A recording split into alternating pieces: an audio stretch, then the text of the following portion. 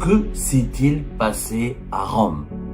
Que s'est-il passé à Rome? Cette question elle est devenue obsédante depuis que l'affaire du lieutenant-colonel Marouane a éclaté au grand jour. Ce haut gradé des services secrets algériens qui a décidé de déserter, de prendre la fuite et d'abandonner son poste en prenant avec lui bagages et famille. Il s'agit quand même du chef du bureau de sécurité de l'ambassade d'Algérie à Rome. L'Italie n'est pas n'importe quel pays. C'est pour ça que la fuite du lieutenant-colonel Marouane a suscité pas mal de controverses et de rumeurs. Comment on a raconté son parcours? On a expliqué qu'il était le guide de la famille Tebboune, que les enfants de Tebboune, que les petits-enfants de Tebboune, que la famille Tebboune passait toutes ses vacances depuis 2022 en Italie. Il était l'ami des enfants de Tebboune.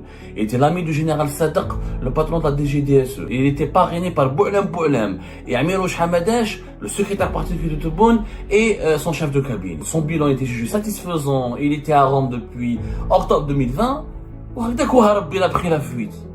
C'est-à-dire qu'il m'a dit c'est un ami à eux, il a pris peur. Cette affaire, elle est liée à un autre personnage qui a totalement disparu des radars. Il s'est passé des choses terribles à Rome en Italie. Très terribles. Que s'est-il passé à Rome? Que s'est-il passé à Rome? Et on vous a promis que nous allons enquêter pour tenter de trouver les réponses à cette question. Cette question elle est devenue obsédante depuis que l'affaire du lieutenant-colonel Marouane a éclaté au grand jour. Cette affaire qui suscite beaucoup de rumeurs, beaucoup de fake news et de désinformation et de manipulation, comme dans tout scandale politico-judiciaire ou politique en Algérie qui ne fait pas l'objet d'un traitement transparent de la part des autorités algériennes. Cette affaire qui concerne, rappelez-vous, comme nous l'avons évoqué, le 6 juin dernier et quelques jours auparavant, le 5 juin dernier, lorsque nous avons fait des révélations détaillées sur ce haut gradé des services secrets algériens qui a décidé de déserter, de prendre la fuite et d'abandonner son poste en prenant avec lui bagages et famille. Il s'agit quand même du chef du bureau de sécurité de l'ambassade d'Algérie à Rome. C'est l'un des officiers des services secrets les plus influents, les plus respectés, les plus appréciés, puisque selon nos investigations, comme on l'avait révélé à l'époque, il était promu, il était promis à bénéficier d'une nouvelle promotion, d'une future promotion, puisque de Rome, il était attendu ici à Paris comme chef du bureau de sécurité.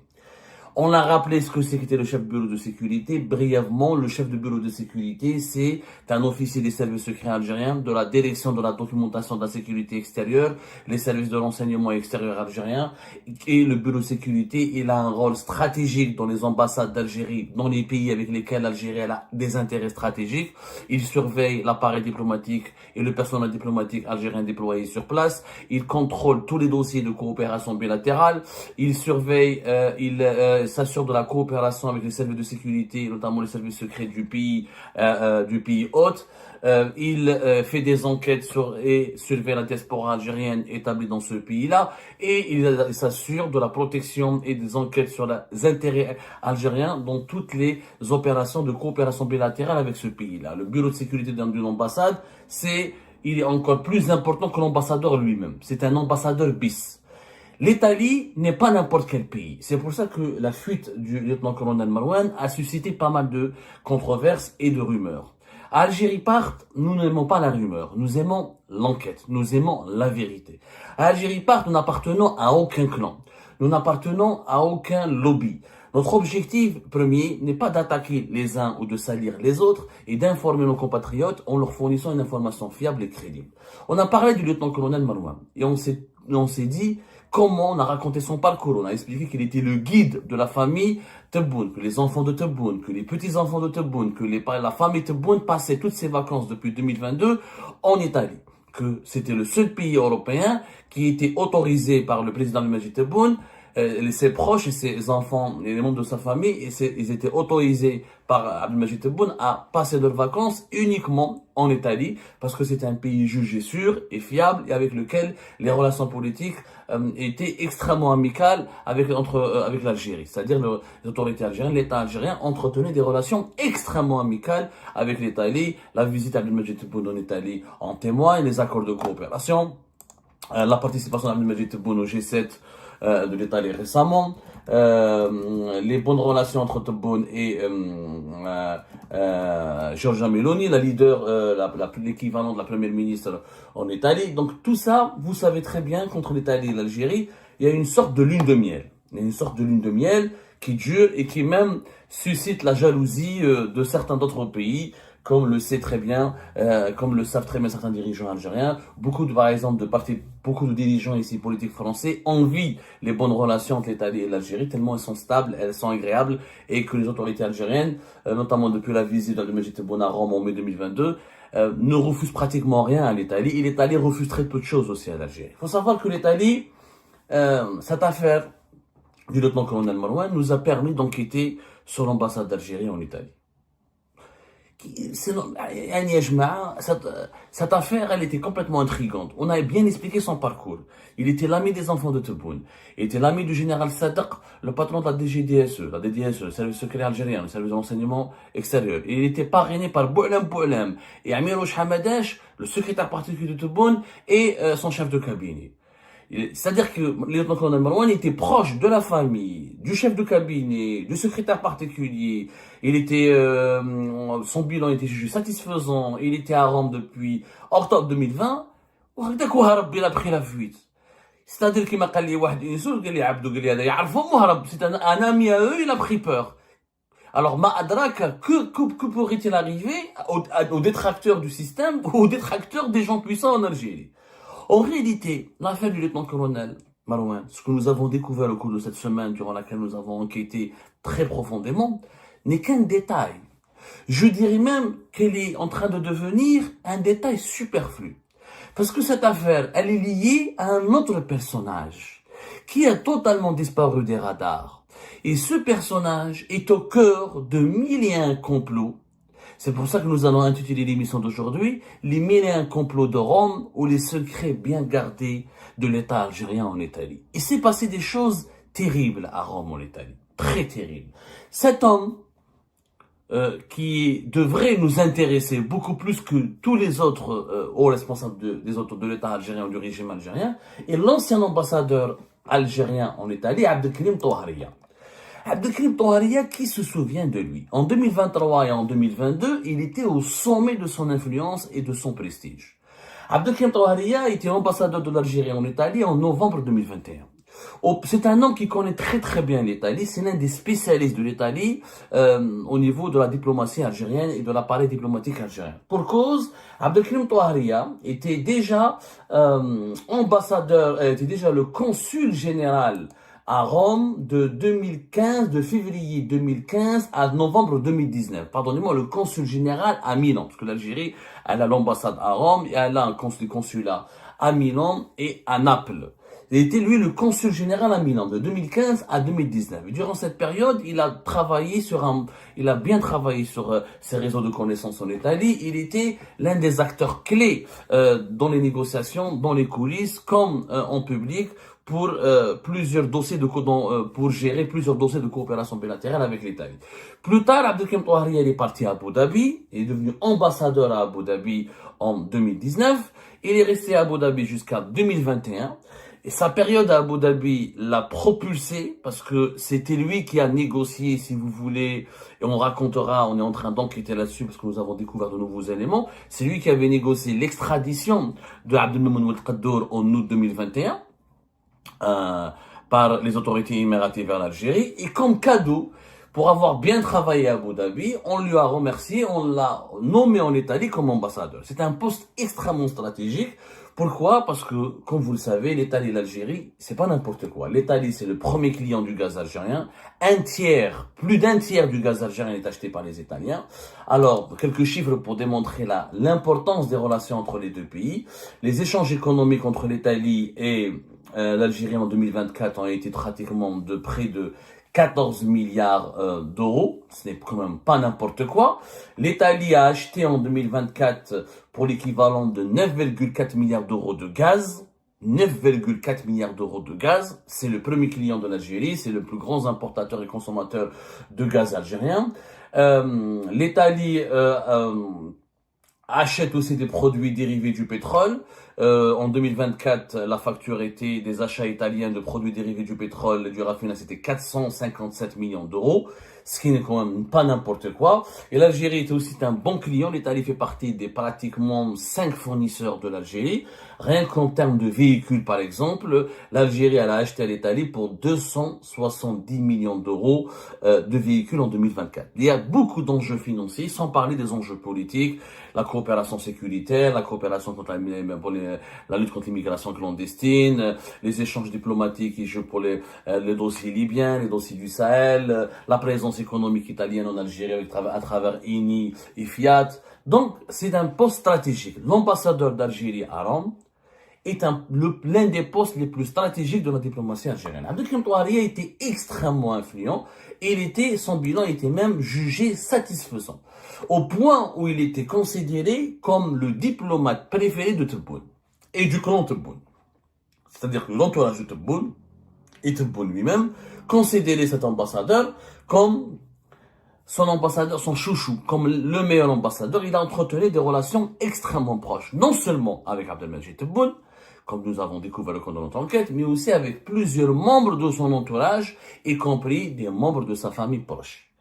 Bizarrement, du jour au lendemain, sans aucune explication, il y a la grande surprise, même des autorités italiennes, Abdelkrim Touaria a été remplacé en fin avril 2024 par Mohamed Khalifi. Alors qu'il était bien placé, bien placé en Italie, très bien apprécié, ce changement a étonné tout le monde. Au départ, ce changement était interprété comme une préparation pour que Abdelkrim Touaria prenne la direction de campagne d'Abdelmajid Tebboune pour son deuxième mandat. Abdelkrim Touaria était tellement proche de l'entourage de Tebboune, de ses conseillers, des membres de sa famille, pour des raisons que vous avez bien compris, on l'a expliqué, tous les membres de la famille, les filles, les garçons, les parents proches de Tebboune passaient leurs vacances en Italie. Du coup, Abdelkrim Touaria les accueillait, s'occupait de leurs vacances, les orientait, les guidait. Il était comme lieutenant-colonel Marouane, pratiquement quotidiennement à côté, où il veillait sur le bien-être de la famille de Tebboune. Donc, au-delà de ces relations familiales, Abdelkrim Touaria était extrêmement apprécié. La vérité, il gérait le dossier italien comme s'il était en train de jouer à un jeu vidéo.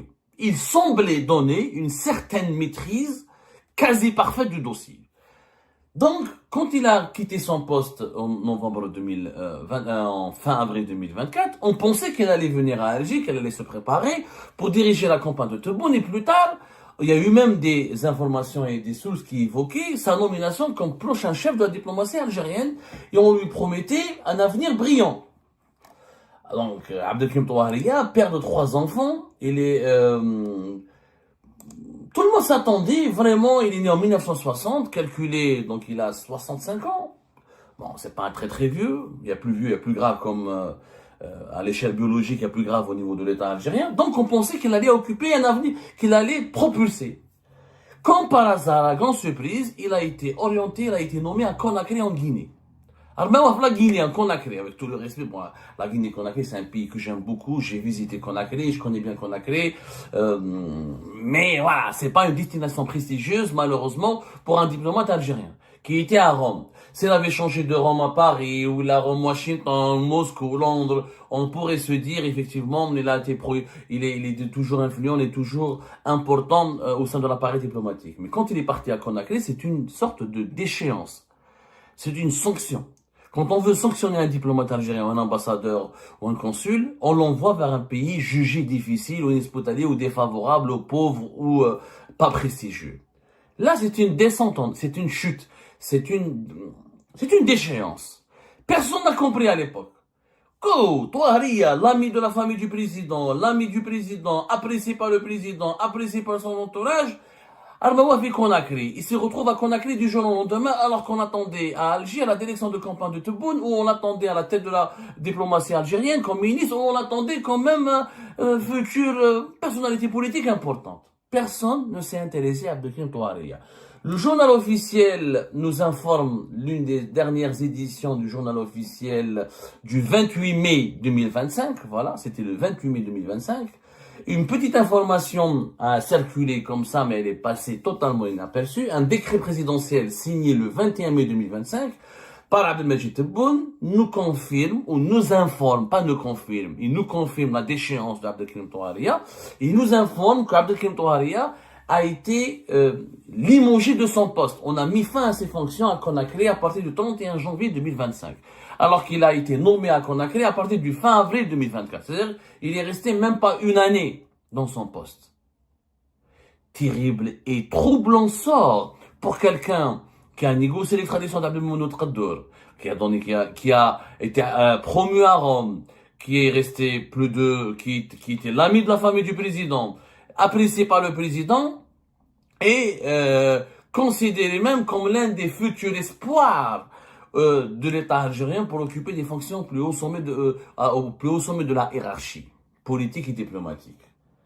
En réalité, Abdelkrim Touahria, sa déchéance s'explique par quoi? Par une enquête qui a été diligentée à son encontre en toute indiscrétion au début de l'année 2024. Et celui qui a mené cette enquête par hasard, c'est le lieutenant-colonel Marwan de la DDSE. C'est lui qui a enquêté sur Abdelkrim Touahria et qui a trouvé, selon nos investigations, des éléments probants, voire accablants, contre Abdelkrim Touahria au niveau de son implication dans des malversations financières, détournement de fonds publics et pratiques de corruption autour des concessions du constructeur automobile italien Fiat en Algérie.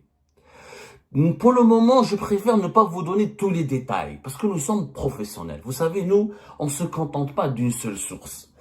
Des gens, ils nous faxent, ils nous envoient un fax et on publie directement. On s'appuie sur différentes sources. Pour faire nos émissions et pour prendre la parole et faire nos enquêtes, on est obligé, c'est le journalisme qui nous dicte cette obligation, de recourir et de vérifier nos informations au moins auprès de 3 sources. Là, nous avons différentes sources dans ce dossier-là, des sources sécuritaires, des sources diplomatiques et des sources économiques, c'est-à-dire d'anciens opérateurs économiques, etc. On est en train de recouper toutes les informations pour vous faire une prochaine émission sur le scandale Abdelkrim Touahria. Il n'a pas été enlevé de son poste parce que Zafouali ou là pour une mésentente ou un malentendu. Il est impliqué dans un véritable scandale de malversation financière, de détournement de l'argent public de l'ambassade d'Italie, de l'ambassade d'Algérie en Italie, et de relations troublantes avec puissance étrangère. Je ne dirai pas plus pour le moment parce que notre enquête se poursuit. Après avoir été signalé par les rapports accablants du lieutenant-colonel Marwan, Abdelkrim Touahria a été enlevé de son poste. Et l'enquête du lieutenant-colonel Marwan s'est appuyée sur des témoignages de consuls. Il y a eu des consuls d'Algérie en Italie, parmi lesquels Shawqi Chemem, consul d'Algérie à Naples, et Adel Talbi, consul d'Algérie à Milan. Les deux ont témoigné dans cette enquête-là. Pour confirmer les conclusions accablantes auxquelles avait abouti l'enquête sécuritaire menée par le BS de l'ambassade d'Algérie à Rome. Et ben c'est la fin de cette vidéo les amis, je vous remercie comme d'habitude pour avoir suivi jusqu'à la fin. N'oubliez pas de nous laisser vos commentaires et vos réactions sur la vidéo et de vous abonner à la chaîne si vous n'êtes pas encore abonné. Donc voilà, merci beaucoup pour votre soutien et vos abonnements. Et merci aussi pour vos commentaires et vos discussions très animées dans la section des commentaires. Donc, vous n'oubliez jamais de décortiquer bien un sujet sur tous les points qui ont été abordés dans la vidéo et ça fait vraiment plaisir quand moi-même je ne fais pas de commentaires, je m'appuie sur vous pour que vous puissiez bien expliquer les choses et en faire des discussions civilisées et dans tout le respect possible. Donc voilà, merci beaucoup et à la prochaine dans une nouvelle vidéo. Au revoir.